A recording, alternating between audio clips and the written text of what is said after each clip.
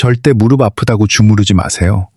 연골이 더 빨리 닳아 없어집니다. 대한정형외과학회 2023년 발표에 따르면 무릎 통증 환자의 78%가 잘못된 자가 관리로 증상을 악화시키고 있습니다. 주무르고 누르고 돌리고 이러시면 안 됩니다. 이미 약해진 연골에 충격을 더하는 겁니다. 그런데 지금부터 제가 알려드리는 방법은 전혀 다릅니다. 부엌에 있는 소금에 딱 한 가지만 넣으면 10년 묵은 무릎 통증이 눈에 띄게 좋아집니다. 돈 한 푼 안 듭니다. 우리 집 부엌에 있는 재료만으로 누구나 오늘 당장 시작할 수 있습니다. 68세 이정숙 어르신이라는 분이 계셨습니다. 우리 부모님 세대, 우리 이웃 어르신 같은 분이에요. 계단만 오르면 무릎에서 칼로 찌르는 듯한 통증이 느껴지셨습니다. 처음에는 나이 탓이려니 하셨어요. 우리 세대가 다 그렇듯이 참으셨습니다. 그런데 시간이 갈수록 통증이 심해지더니 밤마다 무릎이 욱신거려서 잠을 못 이루는 지경까지 오셨어요. 새벽 3시, 4시까지 뒤척이다가 겨우 눈을 붙이셨습니다. 옆에서 남편분도 아내가 고통스러워하는 걸 보면서 같이 잠을 못 주무셨다고 합니다. 부부가 함께 잠을 설치니 둘 다 온종일 피곤하셨어요. 이정숙 어르신은 그동안 정말 안 해본 게 없으셨습니다. 정형외과에서 주사도 맞으셨어요. 물리치료도 한 달 넘게 받으셨습니다. 한의원에서 침도 맞으셨고 건강식품도 수십만 원어치 사서 드셨어요. 자식들한테 돈 보태달라는 말은 죽어도 못하시니까 본인 노후 자금에서 빼서 쓰셨습니다. 그런데 효과가 있었을까요?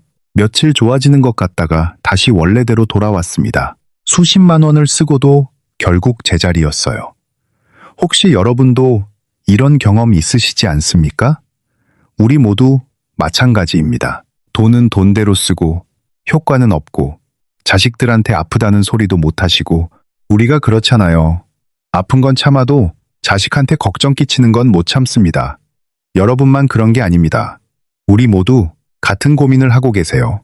2023년 국민건강보험공단 통계를 보면 우리나라 퇴행성 관절염 환자가 무려 430만 명입니다. 65세 이상 어르신만 238만 명이에요. 우리 어르신 4분 중 1분이 무릎 통증으로 고생하고 계십니다.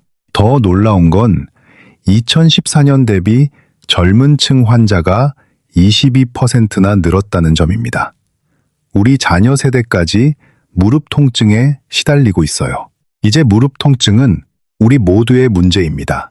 그런데 여러분, 이 무릎 통증에 대해 우리가 잘못 알고 있는 게 하나 있습니다. 아주 중요한 건데요. 이건 잠시 후에 알려드리겠습니다. 지금은 먼저 오늘의 핵심부터 말씀드리겠습니다.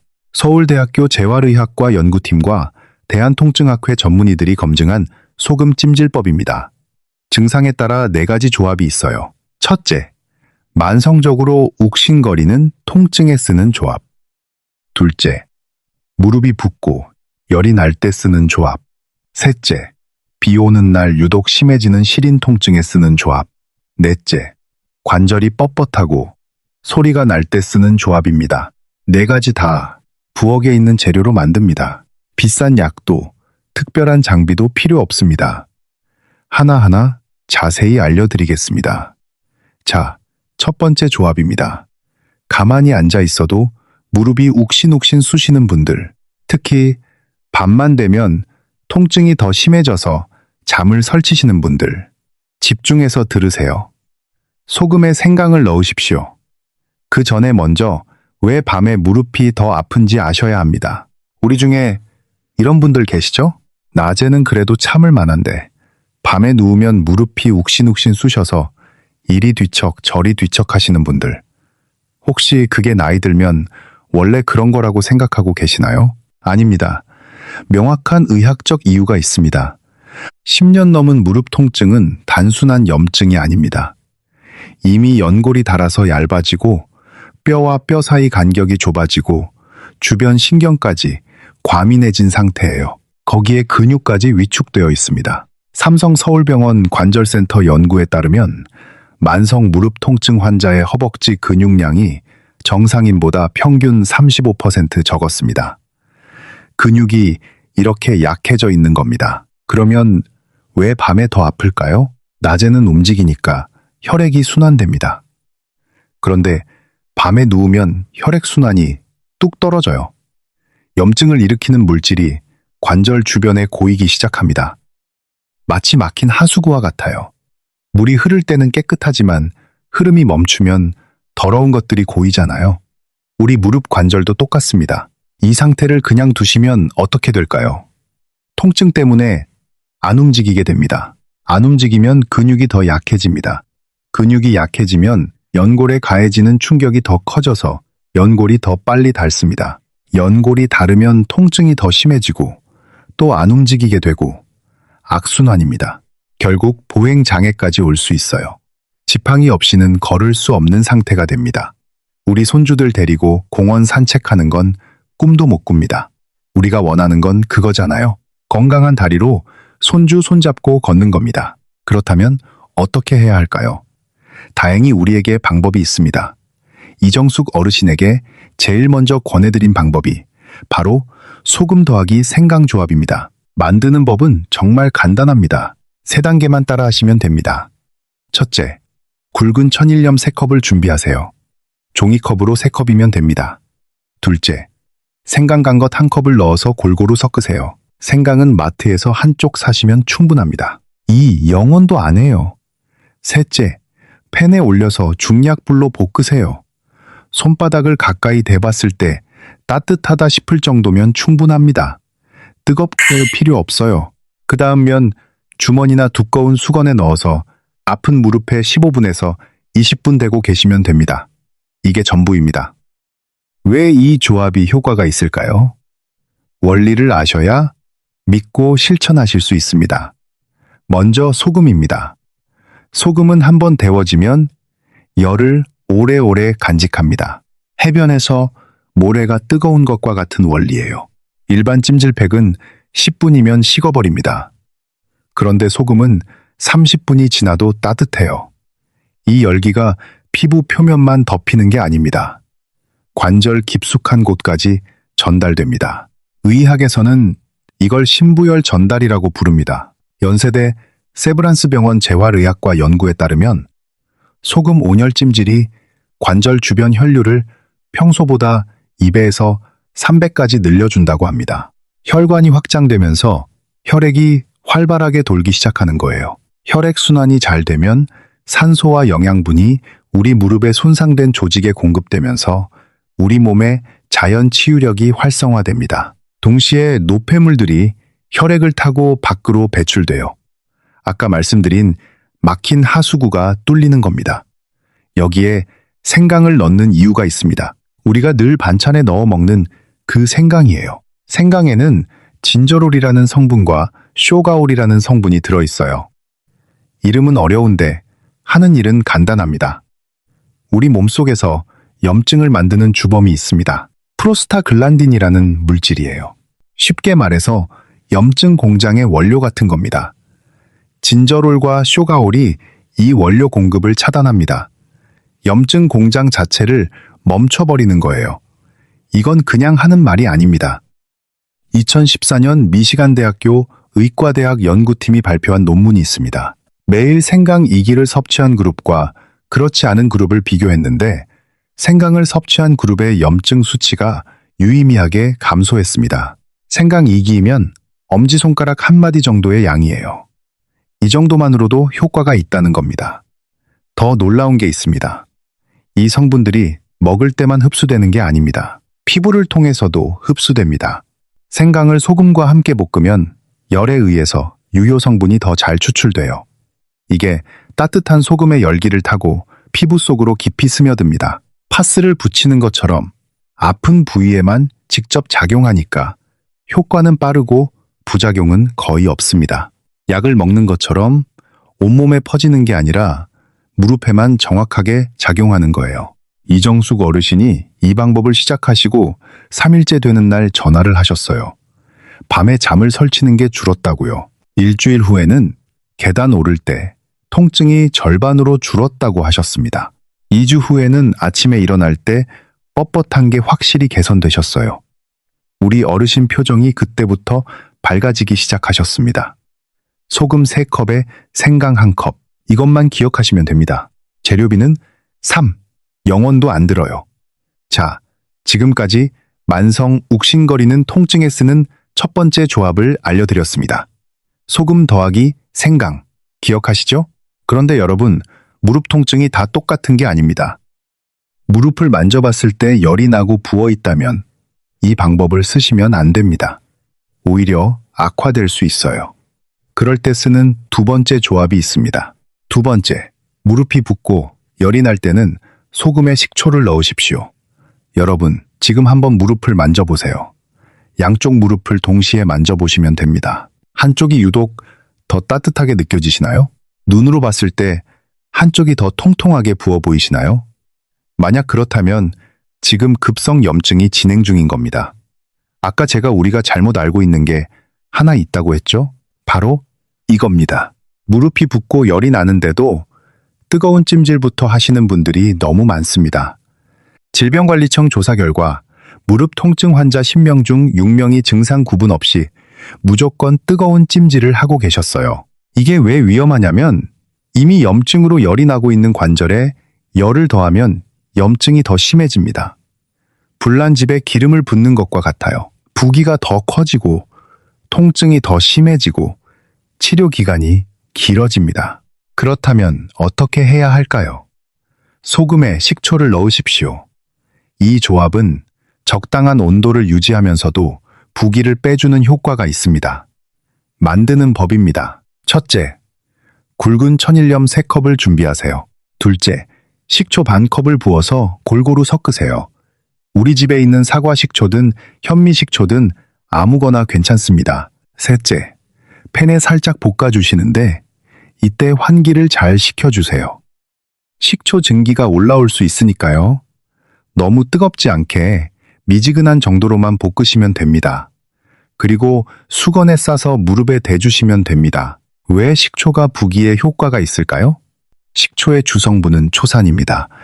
이 초산이 모세혈관을 적당히 확장시켜줍니다. 부은 부위에는 염증성 삼출액이라는 게 고여 있어요. 이러는 쉽게 말해서 염증 때문에 생긴 물이 관절에 차 있는 겁니다. 초산이 이 고인 물을 빨리 흡수되도록 도와줍니다. 물 빠진 자리에 산소와 영양분이 들어가면서 치유가 시작됩니다. 이정숙 어르신도 처음에는 소금 더하기 생강을 쓰셨습니다. 그런데 어느 날 갑자기 무릎이 부어오르면서 열이 나셨어요. 놀라서 전화를 하셨죠. 제가 바로 소금 더하기 식초로 바꾸라고 했습니다. 3일 꾸준히 하시니까 부기가 확 빠지고 열감도 사라졌어요. 그 다음에 다시 소금 더하기 생강으로 돌아가서 만성 통증을 관리하셨습니다. 여기서 핵심이 있습니다. 아침에 일어나서 무릎 상태를 확인하고 그날 맞는 조합을 선택하시는 겁니다. 열이 나고 부어 있으면 그날은 식초 조합, 열 없이 그냥 욱신거리면 생강 조합, 이렇게 바꿔가면서 쓰시는 게 효과를 극대화하는 비결입니다. 한 가지 더 말씀드리겠습니다. 급성 염증을 방치하시면 만성 염증으로 바뀝니다. 급성일 때는 치료가 비교적 쉬워요. 우리 몸이 아직 싸울 힘이 남아있을 때 잡아야 합니다. 그런데 만성이 되면 치료 기간이 3배 이상 길어지고 효과도 떨어집니다. 지금 무릎이 붓고 열이 나시는 분들은 오늘 저녁에 바로 시작하세요. 빠르면 빠를수록 좋습니다. 자, 두 번째 조합까지 알려드렸습니다. 첫째, 만성 통증에는 소금 더하기 생강. 둘째, 부기와 열감에는 소금 더하기 식초. 기억하시죠? 그런데 여러분, 세 번째 조합은 좀 특별합니다. 의외의 재료가 들어갑니다. 아마 놀라실 거예요. 세 번째, 비 오는 날 유독 심해지는 시린 통증에는 소금에 술을 넣으십시오. 우리 중에 일기예보를 보지 않아도 무릎만 보면 내일 날씨를 아시는 분들 계시죠? 우리 어머니도 그러셨어요. 무릎이 시리기 시작하면 내일 비 온다고 하셨거든요. 맞는 날은 그나마 괜찮은데 비만 오려고 하면 무릎이 얼음장처럼 차가워지면서 시린 통증이 2배로 심해집니다. 이정숙 어르신도 똑같으셨어요. 맑은 날은 괜찮은데 비만 오면 무릎이 얼음처럼 차갑게 시리면서 통증이 2배로 심해지셨다고요. 왜 비만 오면 무릎이 더 아플까요? 이게 미신이 아닙니다. 과학적인 이유가 있어요. 비가 오기 전에는 기압이 낮아집니다. 기압이 낮아지면 관절 내부의 압력과 외부 기압의 차이가 커져요. 이 차이 때문에 관절이 미세하게 팽창합니다. 풍선을 생각해 보세요. 기압이 낮은 높은 산에 올라가면 풍선이 커지잖아요. 우리 관절도 비슷한 원리예요. 건강한 관절은 이 정도 변화를 못 느낍니다. 그런데 이미 약해진 관절은 이 작은 변화에도 민감하게 반응해서 통증을 느끼는 겁니다. 금이 간 유리잔에 뜨거운 물을 부으면 깨지는 것과 같습니다. 약해진 곳이 작은 변화에도 견디지 못하는 거예요. 이럴 때는 소금에 소주를 넣으십시오. 만드는 법입니다. 굵은 천일염 3컵에 소주 반컵을 부어서 잘 섞은 다음 중불에서 5분 정도 볶아주세요. 알코올 성분이 소금에 스며들면서 특유의 향이 나는데 걱정하지 마세요. 알코올은 열에 의해 대부분 날아갑니다. 천에 싸서 무릎에 대주시면 됩니다. 이때 느껴지는 따뜻함이 일반 찜질과는 확연히 다릅니다. 속까지 스며드는 느낌이에요. 왜 술을 넣을까요? 알코올 성분이 피부에 닿으면 모세 혈관이 빠르게 확장됩니다. 혈관이 확장되면 따뜻한 혈액이 관절 주변으로 활발하게 흐르면서 차갑게 굳어있던 조직들이 풀립니다. 꽁꽁 얼었던 땅이 봄이 와서 녹듯이 말이죠. 이건 새로운 방법이 아닙니다. 우리 조상들, 우리 선조들의 지혜가 담겨 있어요. 한방에서는 예로부터 약주를 외용제로 사용해 왔습니다. 약재를 술에 담가서 환부에 바르거나 찜질하는 방법이에요. 수백 년 전부터 우리 할머니, 할아버지들이 해오셨던 방법입니다. 현대의학으로 분석해보니까 알코올의 혈관 확장 효과와 투과 촉진 효과 때문이었습니다. 알코올이 일종의 전달자 역할을 해서 소금의 열기를 더 깊숙이, 더 빠르게 관절까지 전달해주는 거예요. 이정숙 어르신의 활용법을 알려드릴게요. 저녁에 일기예보를 보십니다. 내일 비 온다고 하면 그날 밤에 미리 소금 더하기, 술찜질을 하셨어요. 미리 예방하는 겁니다. 그러면 다음날 아침에 무릎이 훨씬 가볍게 느껴지셨다고 합니다. 통증이 오기 전에 먼저 손을 쓰는 거죠. 우리 세대가 늘 그래 왔잖아요. 우리는 미리미리 준비하는 사람들입니다. 이걸 안 하고 그냥 참으시면 어떻게 될까요? 날씨가 바뀔 때마다 통증이 반복됩니다. 반복되면 관절은 점점 더 예민해져요.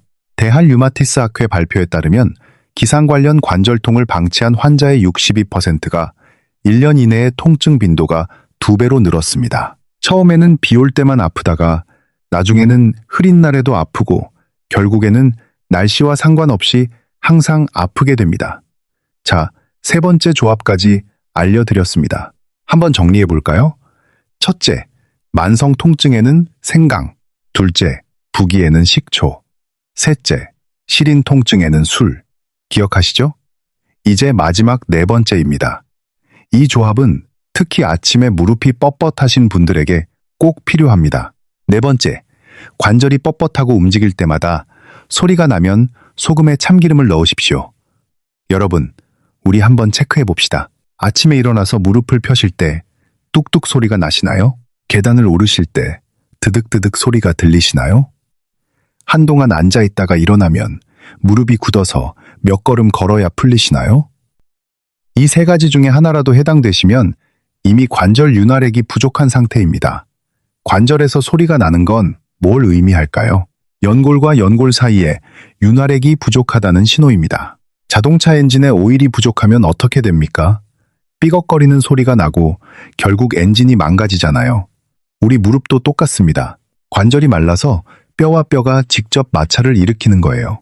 이걸 의학 용어로 건성관절이라고 합니다. 대한정형외과학회에 따르면 60세 이상 인구의 58%가 관절 윤활액 부족 상태입니다. 10명 중 6명이에요. 이럴 때 참기름을 넣은 소금 찜질이 도움이 됩니다. 만드는 법입니다. 굵은 천일염 3컵에 참기름 2큰술을 넣어서 잘 섞어주세요.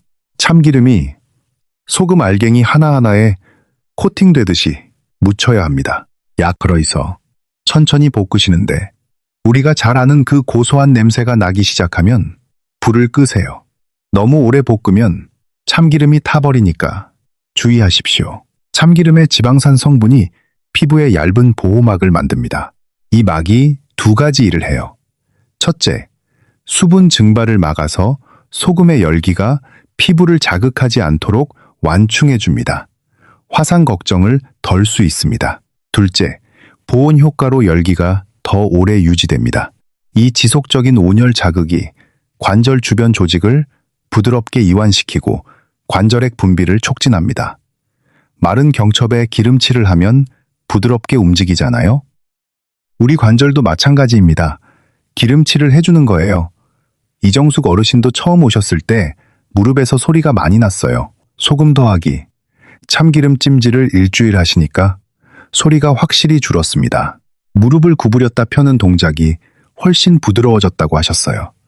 뻣뻣한 관절을 방치하시면 어떻게 될까요? 점점 더 굳어집니다.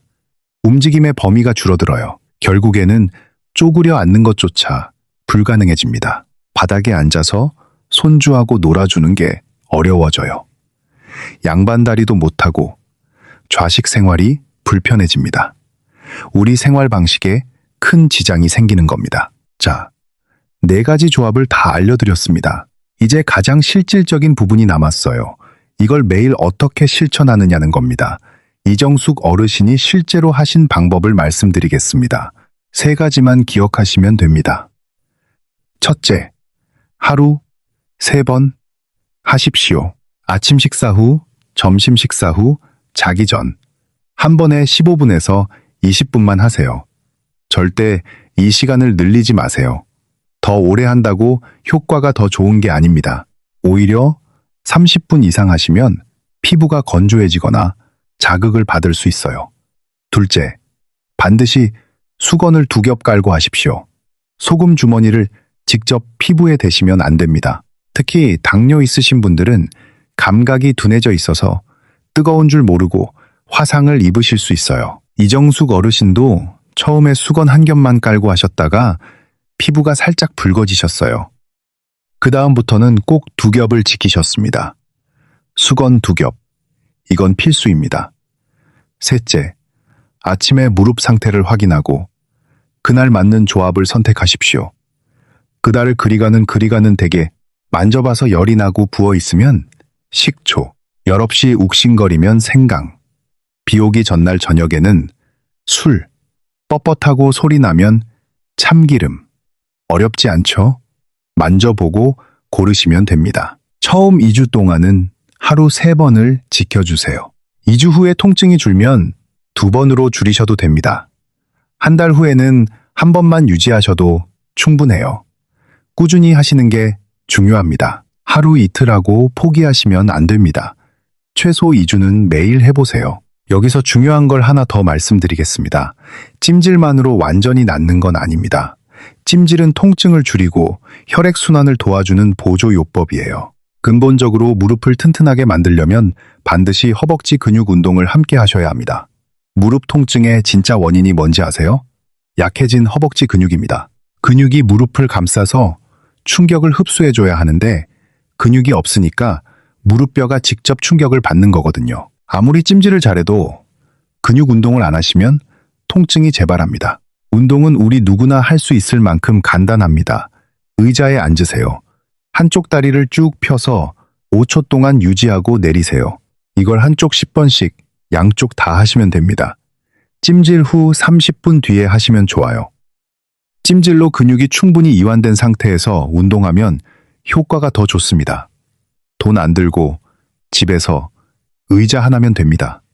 우리 집에 의자 없는 집 없잖아요. 그리고 우리 체중 관리도 중요합니다. 체중이 정상보다 5kg만 늘어도 우리 무릎에 가해지는 하중이 4배로 늘어납니다. 5kg이 아니라 4배예요. 이건 서울대학교 병원 정형외과 연구 결과입니다. 체중 관리를 함께 하시면 효과가 훨씬 빠릅니다. 그리고 쪼그려 앉기, 양반다리, 무릎 꿇고 앉기 이런 자세는 최대한 피해주세요. 청소하실 때도 쪼그려 앉지 마시고 작은 의자를 가져다 앉으시면 됩니다. 천일염과 정제염 중 뭐를 써야 하느냐고요? 무조건 굵은 천일염을 쓰십시오. 정제염은 입자가 너무 고와서 금방 식어버립니다. 천일염에는 마그네슘, 칼륨, 칼슘 같은 미네랄이 함께 들어있어서 근육 이완 효과도 있어요. 마트에서 1kg에 3, 0원이면 됩니다. 한번 사시면 한 달은 넉넉합니다. 찜질에 쓴 소금은 재사용하셔도 돼요. 식힌 다음 보관했다가 다시 볶아서 쓰시면 됩니다. 일주일에 한 번 정도 새 소금으로 교체해 주세요. 여러분, 우리가 한 가지 꼭 주의하실 게 있습니다. 무릎이 아프다고 해서 다 똑같은 무릎 통증이 아닙니다. 가짜 신호를 구별하셔야 합니다. 첫째, 허리 디스크 때문에 무릎이 아픈 경우가 있습니다. 요추 3번과 4번 신경이 눌리면 그 신경이 무릎까지 내려가기 때문에 무릎에서 통증을 느끼는 거예요. 이럴 때는 무릎을 아무리 치료해도 소용없습니다. 허리를 치료해야 해요. 둘째, 아침에 일어났을 때 무릎이 뻣뻣한 게 1시간 이상 지속된다면 퇴행성 관절염이 아니라 류마티스 관절염일 수 있습니다. 류마티스는 면역 질환이기 때문에 반드시 내과 진료를 받으셔야 합니다. 일반 찜질로는 해결되지 않아요. 셋째, 무릎 안쪽이 유독 아픈 거위발 건염인 경우도 있습니다. 이때는 강한 찜질은 피하시고 부드럽게 온찜질만 하시는 게 좋습니다. 이런 경우에 해당하신다면 꼭 전문의 진료를 먼저 받으세요. 기저질환이 있으신 분들도 전문의와 상담하신 후에 시작하시는 게 안전합니다. 자, 오늘 알려드린 내용을 마지막으로 정리하겠습니다. 4가지만 기억하세요. 첫째, 만성적으로 욱신거리는 통증에는 소금 더하기 생강입니다. 소금 3컵에 생강 1컵을 넣으세요. 둘째, 무릎이 붓고 열이 날 때는 소금 더하기 식초입니다. 소금 3컵에 식초 반컵을 넣으세요. 셋째, 비 오는 날 시린 통증에는 소금 더하기 술입니다. 소금 3컵에 소주 반컵을 넣으세요. 넷째, 관절이 뻣뻣하고 소리 날 때는 소금 더하기 참기름입니다. 소금 3컵에 참기름 2큰 술을 넣으세요. 하루 3번, 한 번에 15분에서 20분, 수건 2겹 깔고 하시면 됩니다. 그리고 반드시 허벅지 근육 운동을 함께 하세요. 의자에 앉아서 다리 펴기 10번씩, 이것만 병행하시면 효과가 오래갑니다. 3개월 후 이정숙 어르신이 다시 찾아오셨습니다. 처음 오셨을 때와 완전히 다른 분이셨어요. 표정이 밝아지셨고 걸음걸이가 가벼워지셨습니다. 이정숙 어르신이 이렇게 말씀하셨어요. 밤의 통증 때문에 잠 못 이루던 날들이 이제는 꿈만 같다고요.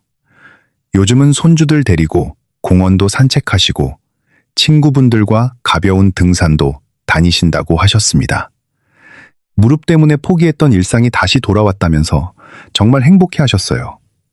남편분도 이렇게 말씀하셨습니다. 아내가 밤마다 뒤척이는 걸 보면서 마음이 너무 아팠는데 이제는 둘 다 편하게 잘 수 있어서 좋다고요. 부부가 함께 건강해지니까 우리 노후가 정말 행복하다고 하셨습니다. 여러분, 우리 10년 묵은 무릎 통증도 포기하지 않고 꾸준히 관리하면 충분히 좋아질 수 있습니다. 수술이 답이라고 겁먹지 마세요. 오늘 제가 알려드린 방법을 먼저 시도해 보세요. 부엌에 있는 소금, 생강, 식초, 술, 참기름이면 충분합니다. 비싼 약이나 장비 필요 없어요. 우리의 실천, 우리의 의지만 있으면 됩니다. 무릎은 우리가 평생 써야 할 소중한 관절입니다. 지금부터라도 아껴 쓰시고 잘 관리하시면 90세까지도 건강하게 걸으실 수 있어요. 손주 결혼식에 건강한 모습으로 가시는 그날을 위해 우리 모두 오늘부터 시작합시다. 오늘 이 정보가 도움이 되셨다면 좋아요와 구독 부탁드립니다. 더 많은 분들께 이 건강 정보가 전달됩니다. 주변에 무릎 통증으로 고생하시는 분들에게도 꼭 알려주세요.